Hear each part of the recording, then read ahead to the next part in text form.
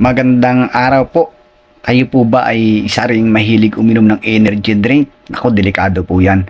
Ako po ay sa kainom ko po ng energy drink ay sumakit po yung aking balakang, yung aking sasapna na sobrang sakit kirot na para bang mapuputol na yung nararamdaman po ng matatanda na ikinukwento lang dati na idinadaing nila. Naranasan ko po yan.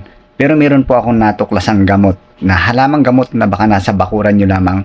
Hindi po ako minom ng kahit na anong pong pain reliever para ako'y gumaling. Halamang gamot lamang po na yun ang aking ininom. Ito po, panoorin nyo po tapusin nyo po ang video na to. Ito po yung mga halamang gamot akin po inilaga. Pinagsama-sama ko po. Ito po yan po ginseng. Yan po yung Hanopol o Miracle Vine. Pag naglaga po kayo yan, 7. Tapos ito po yung Blue Tarnate, bulaklak mo ng Blue Tarnate. Ito naman po yung Sambong.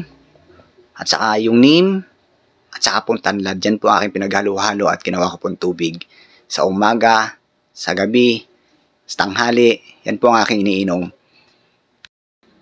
At yan po, pagkatapos kong inilaga, yan po ang kulay ng sabaw nila.